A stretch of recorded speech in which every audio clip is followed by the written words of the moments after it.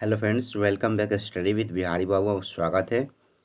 चलिए आज हम पढ़ेंगे इकाई 9 जो ब्लॉक 3 का बीपीएससी 132 का है, उसको आज हम स्टार्ट करेंगे। ठीक है, चलिए आज हम पढ़ेंगे न्यायपालिका। सरकार की जो न्यायपालिका होती है उसको हम ध्यान में रख के आगे हम स्टडी करेंगे। ठीक है, और जो भी हमारे चैनल पर पहली बार जुड़ रहे हैं उनसे एक रिक्वेस्ट है कि ज़्यादा से ज़्यादा दोस्तों में जो इग्नू के स्टूडेंट्स हैं, छात्र हैं, छात्राएं हैं, छोटे भाई बहन हैं, उनसे शेयर करें। और रोज़ का रोज़ हम जितना जल्दी हो सके उतना जल्दी कंप्लीट करें, पढ़ें, पढ़ाई करें। एग्ज़ाम होने वाली है। ठीक है, तो चलिए आज हम शुरू करेंगे इकाई 9 ब्लॉक 3 का। ठीक है, जो न्यायपालिका आज हम शुरू करेंगे, इसमें देखेंगे हमको क्या क्या पढ़ना है।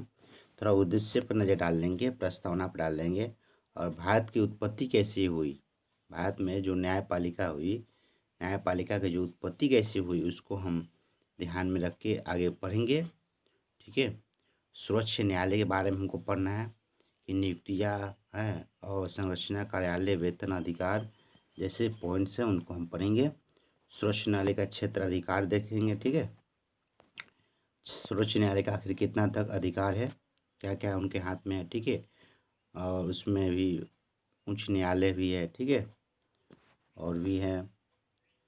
चलिए हम शुरू करेंगे अब न्यायपालिका, जो सरकार की जो न्यायपालिका होती है उसको हम स्टार्ट कर रहे हैं। ठीक है, देख उद्देश्य इसमें देख लेते हैं कि हमको आज आखिर इसमें पढ़ के हमको क्या मालूम चलेगा। ठीक है, क्या हम सीखेंगे। ठीक है, देखिए पहला है भारत में न्यायिक व्यवस्था की उत्पत्ति का पता लगाना। आखिर न्यायिक व्यवस्था की उत्पत्ति कैसे हुई, कहाँ से आई, इतने सारे जो कानून जो हैं वो कैसे आए, कहाँ से आए। ठीक है, चलिए अगला जो पॉइंट है, भारत में न्यायालयों की रचना और वर्णन करो। रचना जो है उनको हम विस्तार से पढ़ेंगे। ठीक है, सर्वोच्च न्यायालय, उच्च न्यायालय एवं अधीनस्थ न्यायालयों के कार्य एवं क्षेत्राधिकारों की व्याख्या करना है, उसको भी क्षेत्र की व्याख्या करना है। सर्वोच्च न्यायालय, उच्च न्यायालय कि कितना तक है। ठीक है, चलिए आगे देखेंगे न्यायिक पूर्वावलोकन की अवधारणा, मौलिक अधिकारों की रक्षा को महत्व को समझना है। ठीक है, ये सब पॉइंट हम सीखेंगे, पढ़ेंगे। तो चलिए जल्दी प्रस्तावना पढ़ते हैं। संवैधानिक सरकार के आधार पर राजनीतिक व्यवस्था के अंतर्गत कानून निर्माण, कानूनों की व्याख्या एवं कानूनों का क्रियान्वयन करने का 3 संस्थाएं संख्या है। ठीक है, जो क्या कानून जो व्यवस्था है उनको जारी रखने के लिए जो राजनीतिक व्यवस्था के अंतर्गत जो भी है उनके 3 संस्थाएं है। ठीक है, जो 3 हमने जो 2 पहले पढ़ ली है, विधायिका, कार्यपालिका। ठीक है, और आज तीसरी हम पढ़ेंगे हैं न्यायपालिका। ठीक है, देख सकते हैं, देखिए विधायक है, विधायिका और कार्यपालिका और न्यायपालिका। ठीक है, न्यायपालिका स्वतंत्र एवं निष्पक्ष होती है तथा यह कार्यपालिका विधायिका की शक्तियों के दुरुपयोग का अंकुश लगाती है। ठीक है, जो भी होगा न्यायपालिका, जो कार्यपालिका और विधायिका के जो भी उसमें होगा, कुछ गलत फहमियाँ वगैरह जो भी केस वगैरह जो भी चलेंगे तो उसको सुधारने का जो काम करता है वो न्यायपालिका होता है। मतलब कानून। ठीक है, कानून सर्वोपरि है। ठीक है, संविधान के जो साथ जो चलती है। ठीक है, संविधान के अंडर में आती है, संविधान को बढ़ावा देती है, वो जो है न्यायपालिका जो कानून है। ठीक है, चलिए इसका इसलिए इसको दुरुपयोग ना करे किसी का, जो कार्यपालिका हो और विधायिका हो, इसलिए ये न्यायपालिका लाया गया है। ठीक है, न्यायपालिका का निर्णय अंतिम माना जाता है। ठीक है, जो फैसला होता है सुप्रीम कोर्ट में, मान लीजिए डिस्ट्रिक्ट कोर्ट से हार गए, हाई कोर्ट से हार गए, तो सुप्रीम कोर्ट में ही जो निर्णय जो सुना दिया वही अंतिम माना जाता है। ठीक है, चलिए संघीय व्यवस्था एवं न्यायपालिका केंद्र एवं राज्यों के बीच विवादों को हल करने में महत्वपूर्ण जो भूमिका निभाती है। ठीक है, सर्वोच्च न्यायालयों एवं उच्च न्यायालयों के कार्य एवं महत्व को देखते हुए कई प्रकार के कदम उठाए गए ताकि न्यायपालिका की स्वतंत्रता बरकरार रहे। ठीक है, जो उच्च न्यायालय हैं, सर्वोच्च न्यायालय हैं, इनके कार्य को देखते हुए कुछ कुछ कदम उठाए गए हैं, जो स्वतंत्रता बरकरार रहे। ठीक है, कानून के तहत ऐसे कुछ कानून लाए गए हैं। ठीक है, चलिए 9.2 में देखेंगे न्यायपालिका की उत्पत्ति कैसे हुई। ठीक है, अच्छा न्यायपालिका आई कहाँ से, कानून कहाँ से आया। ठीक है, भारत में न्यायपालिका उत्पत्ति उपनिवेशिक काल से मानी जाती है। 1973 में रेगुलेटरी एक्ट जो पारित हुआ था उसमें भारत में प्रथम सर्वोच्च न्यायालय की स्थापना हुई थी। कब हुई थी? वो 1773 में। ठीक है, ये जो कलकत्ता में स्थापित किया था। ठीक है, जिसमें एक मुख्य न्यायाधीश 3 अन्य जज थे। ठीक है, उस समय इनकी नियुक्ति ब्रिटिश क्राउन के द्वारा की गई थी। इसे राजा का न्यायालय बनाया गया, ना कि कंपनी कोर्ट का। ठीक है, इस कोर्ट में राजा के क्षेत्राधिकार भी शामिल थे। जहाँ पर भी न्यायालय बनाए गए वहीं राजा के अधिकार निर्धारित किए गए। पहली बार सर्वोच्च न्यायालय की स्थापना मद्रास में हुई थी। ठीक है, मद्रास में हुई थी तथा इसके बाद बम्बई में। ठीक है, और इस काल में न्यायिक व्यवस्था को 2 प्रकार की थी। एक प्रेसिडेंटी के अंदर जो सर्वोच्च न्यायालय एवं प्रांतों के अंदर सदर न्यायालय या सर्वोच्च न्यायालय के अंदर का अंग्रेजी कानून प्रक्रियाएं लागू थी। ठीक है, उस समय रेगुलेटरी एक्ट जब पारित हुआ तब। ठीक है, जबकि सदर न्यायालयों में व्यक्तिगत कानून एवं विधिक कानून लागू थे। ठीक है, उस समय जो सदन में जो विधिक कानून जो व्यक्तिगत कानून थे वो लागू थे।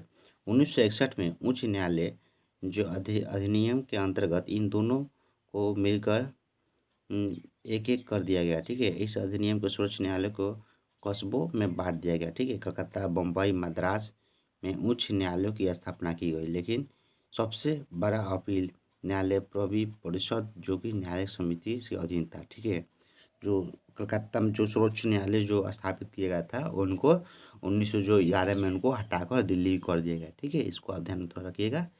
चलिए, और जो भी जो मद्रास में था, मद्रास बम्बई में उच्च न्यायालय की स्थापना की गई उस समय। ठीक है, चलिए थोड़ा सा पढ़ेंगे सर्वोच्च न्यायालय के बारे में। ठीक है, जो सुप्रीम कोर्ट है हमारे देश का उसके बारे में हम पढ़ेंगे। ठीक है, चलिए सुप्रीम कोर्ट में हम देखेंगे कि संपूर्ण न्याय व्यवस्था 3 स्तरों में विभाजित है। ठीक है, 3 जो स्तर है विभाजित है।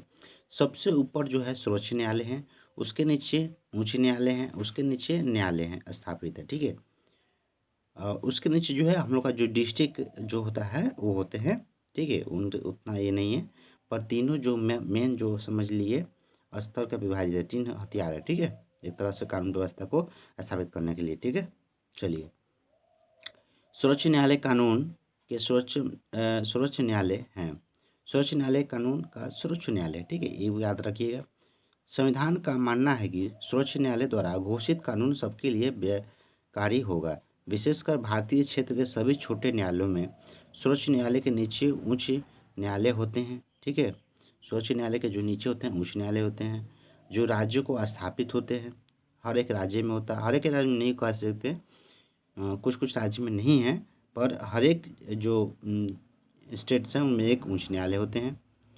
इन न्यायालयों में जिला सत्र न्यायालय भी होते हैं। ठीक है, अधीनस्थ न्यायालय एवं छोटे न्यायालय भी शामिल हैं जो डिस्ट्रिक्ट पर लेवल के होते हैं। ठीक है, चलिए संघीय व्यवस्था में न्यायपालिका की महत्ता को देखते हुए सर्वोच्च न्यायालय को भारतीय संविधान की व्याख्या करने का अंतिम अधिकार प्राप्त है। ठीक है, क्या है कि भारत के संविधान को व्याख्या करने का अंतिम अधिकार किसको बात है? न्यायपालिका को देखते हुए सुप्रीम कोर्ट को। ठीक है, चलिए न्यायिक प्रावधानों की रचना करते हुए वक्त संविधान सभा को न्यायालय की स्वतंत्रता, सर्वोच्च न्यायालय की स्थिति तथा न्यायिक समीक्षा जैसे मुद्दों को विशेष ध्यान दिया जाता है। ठीक है, न्यायालय की स्वतंत्रता के लिए। ठीक है, चलिए इसमें अगला पॉइंट थोड़ा पढ़ेंगे, संरचना और नियुक्तियाँ। आखिर संरचना कैसी बनी, कैसे, और इसमें नियुक्तियाँ कैसी होती है। ठीक है, इसको हम पढ़ेंगे।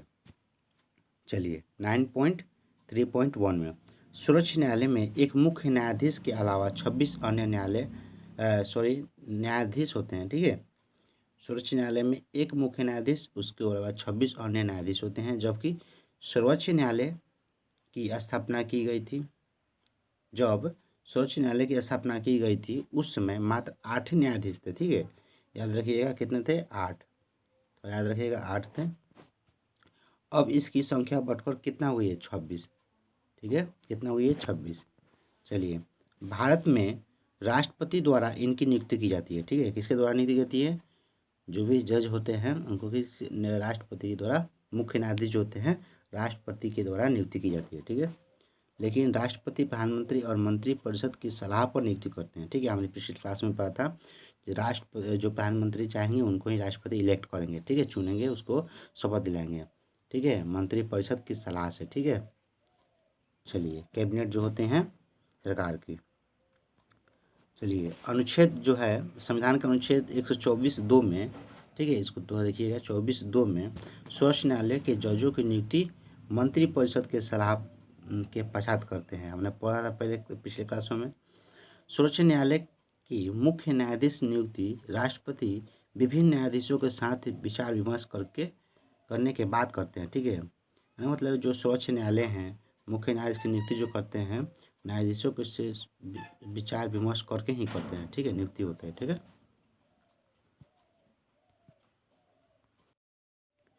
चलिए आगे देखते हैं। संवैधानिक प्रावधानों के बावजूद सर्वोच्च न्यायालय के मुख्य न्यायाधीश की नियुक्ति राजनीतिक विवाद के कारण बन गई है। ठीक है, इसका मतलब देखिए, जो संवैधानिक जो प्रावधान है उसके बावजूद जो सर्वोच्च न्यायालय के मुख्य न्यायाधीश की नियुक्ति राजनीतिक विवाद पर बन जाती है। हर एक बार कहीं ना कहीं राजनीति के घेरे में पड़ जाती है। ठीक है, यहाँ पर जानना जरूरी है कि 1973 में जब सरकार ने 1973 में जब सरकार के न्यायाधीश एस रे को भारत का मुख्य न्यायाधीश नियुक्त किया गया, तब उन्हें 4 जजों को दूर रखा गया। ठीक है, कितने? 4 जजों को दूर रखे। ये विवाद का मामला था।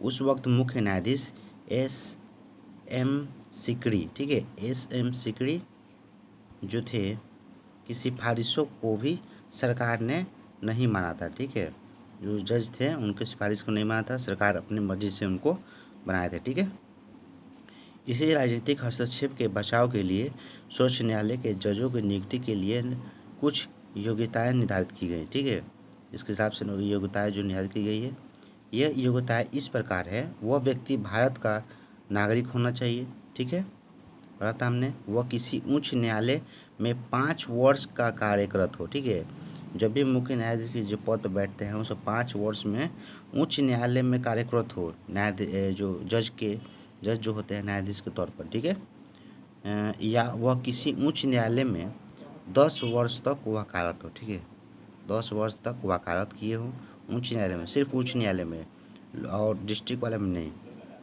ठीक है, या फिर वो राष्ट्रपति के राय से वरिष्ठ एवं प्रतिनिष्ठ अधिवक्ता हो। ठीक है, वकील जो है वरिष्ठ हो। ठीक है, राष्ट्रपति की राय से। ठीक है, चलिए आगे हम देखेंगे पैराग्राफ में कि ये जो हमने योग्यताएं पढ़े ये बहुत ही ज़रूरी है मुख्य न्यायाधीश के पद पर बैठने के लिए। ठीक है, इसको थोड़ा आप याद रखिएगा।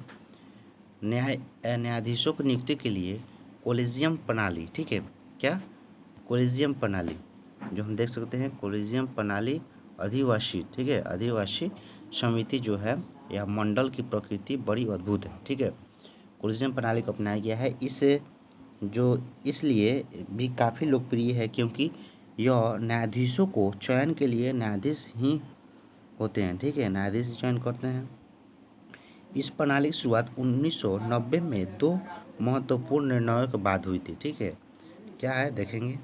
इस प्रणाली में एक निकाय संस्था होती है जिसमें कुछ वरिष्ठ जज होते हैं। ठीक है, क्या है? वरिष्ठ जज होते हैं और वे सर्वोच्च न्यायालय तथा उच्च न्यायालय के जजों की नियुक्ति या तबादले के लिए जिम्मेदार होते हैं। ठीक है, वही बदल सकते हैं। ठीक है, उनको पोस्ट को हटा सकते हैं। ठीक है, कार्यकाल जो है उसको हम पढ़ेंगे, आखिर कार्यकाल कितना से कितना दिन तक होता है। ठीक है, एक बार नियुक्त होने के बाद न्यायाधीश जो है 65 वर्ष की आयु तक अपने पद पर बने रहते हैं। ठीक है, कितने? 65 वर्ष तक। ठीक है, इसको याद रखिएगा। चलिए, सर्वोच्च न्यायालय का न्यायाधीश या तो अपने पद पर इस्तीफा दे सकते हैं या फिर उन्हें दुर्व्यवहार या काबिल ना होने पर अपने पद से हटाया जा सकता है। ठीक है, हटाने की प्रक्रिया जैसे राष्ट्रपति थे उसे ही महाभियोग कहते हैं। ठीक है, संविधान के प्रावधानों के मुताबिक इसके लिए संसद में एक प्रस्ताव पारित करना पड़ेगा। ठीक है, जो संसद में है एक प्रस्ताव पारित करना पड़ेगा हटाने के लिए। ठीक है, उस पर 2/3 बहुमत की आवश्यकता होती है, जैसे राष्ट्रपति की। 1991 में एक जज के खिलाफ महाभियोग का प्रस्ताव संसद में पेश किया गया था। ठीक है, याद रखिएगा कब 1991 में एक जज थे उनको जो कि उनको महाभियोग का प्रस्ताव पारित किया गया था। इसमें सर्वोच्च न्यायालय के न्यायाधीश वी रामास्वामी शामिल थे, ठीक है, वो भी शामिल थे प्रस्ताव में पारित करने में, ठीक है। इसके कार्यकाल में कई प्रकार की अनियमितता पाई गई, ठीक है। जो जो कार्यकाल जो था अलग अलग मतलब सही से कामकाज नहीं कर पाए थे, वो उनका पॉइंट बना, ठीक है। इसलिए 3 संसदीय जांच समिति का गठन किया गया। उस समय 3 संसदीय गठन किया गया, ठीक है। चलिए, इस समिति ने यह पाया कि बड़े स्तर पर पद का दुरुपयोग किया गया, ठीक है।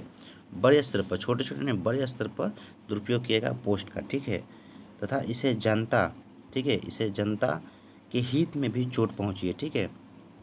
चलिए आगे हम देखेंगे कि जो जब भी अगर कोई पद का दुरुपयोग करता है तो उस महाभियोग लाकर उसको हटा सकते हैं, ठीक है। चलिए, यह पूरी तरह से दुर्व्यवहार का मामला है। इस प्रकार न्यायाधीश वी रामास्वामी ऐसे पहले जज थे, ठीक है। आप थोड़ा नाम थोड़ा याद रखिएगा, क्या, वी रामास्वामी, ठीक है, इसको याद रखिएगा। वी रामास्वामी ऐसे पहले जज थे जिसके खिलाफ महाभियोग की कार्यवाही की गई, ठीक है, ठीक है। जब रामास्वामी ने हालांकि यह आरोप लगाया कि जब प्रस्ताव में कई खामियां थी, इसलिए यह प्रस्ताव 1993 में गिर गया था, ठीक है। जो प्रस्ताव अनसक्सेसफुल भी हुआ और पास नहीं हुआ था, ठीक है, पास भी नहीं हुआ था, लेकिन प्रस्ताव ला दिया गया था, ठीक है, 1991 में, लेकिन 1993 में गिर गया था। इसके पक्ष में कुछ 401 में से 196 मत गिरे थे, ठीक है, वोटिंग का था, ठीक है। बाकी 205 मतदान प्रक्रिया से बाहर रहे थे, अपने वोट नहीं दिए थे। हालांकि बाद में जज रामास्वामी अपने पद से इस्तीफा दे दिया था, ठीक है। क्या, उनके इतने होने पर उन्हें वो अपने आप इस्तीफा दे दिए थे, ठीक है। चलिए, अब देखेंगे इनकी वेतन, ठीक है। जो मुख्य न्यायाधीश होते हैं उनकी वेतन देखेंगे कैसा है 9.3 में, ठीक है, देखेंगे। न्यायाधीशों के सबसे महत्वपूर्ण तत्व जो कि उनकी स्वतंत्रता को निर्धारित करते हैं, ठीक है। न्यायाधीश जो है उनका महत्वपूर्ण जो तत्व है वो स्वतंत्रता पर निर्धारित है, ठीक है। वह है उनके द्वारा प्राप्त किए जाने वाला वेतन, ठीक है। उनके द्वारा जो प्राप्त होता है वेतन, उसके लिए उनका वेतन बहुत अधिक निर्धारित किया गया, ठीक है, ताकि वे स्वतंत्र, कुशल और निष्पक्ष तरीके से कार्य कर, उसके पैसे की कमी ना हो, किसी प्रकार का मतभेद वगैरह ऐसा कुछ ना हो, ठीक है। इसलिए उन्हें बड़ी थोड़ा मात्रा में पैसे की जो है वेतन दिए जाते हैं, ठीक है। वेतन के अलावा सभी जजों को आधिकारिक आवास भी दिया जाता है, ठीक है। सरकारी जो घर होते हैं उनको दिया जाता है, जो पूरी तरह से मुक्त होता है, वो फ्री में मिलती है, ठीक है, जिससे विधायक की मिलती है, ठीक है। चलिए, संविधान में यह भी प्रावधान किया गया है कि जजों की तनख्वाह बदली नहीं जाएगी, ठीक है। जज की जो तनख्वाह है बदली नहीं जाएंगी, सिर्फ वित्तीय आपातकाल स्थिति में उनका वेतन बदला जा सकता है, ठीक है। जब भी इमरजेंसी हो तो उसको बदल सकते हैं, ठीक है। जजों का वेतन भत्ते एवं अन्य सुविधाएं भारत की संचित निधि द्वारा दिए जाते हैं, ठीक है। जो भी सुविधाएं होते हैं भारत सरकार के द्वारा उन्हें प्रोवाइड की जैसे दी जाती है, ठीक है। चलिए, इनका अधिकार क्या क्या है थोड़ा इस पर पढ़ेंगे 9.3.4 में, ठीक है। जो जज हैं उन पर क्या अधिकार है उनका, ठीक है।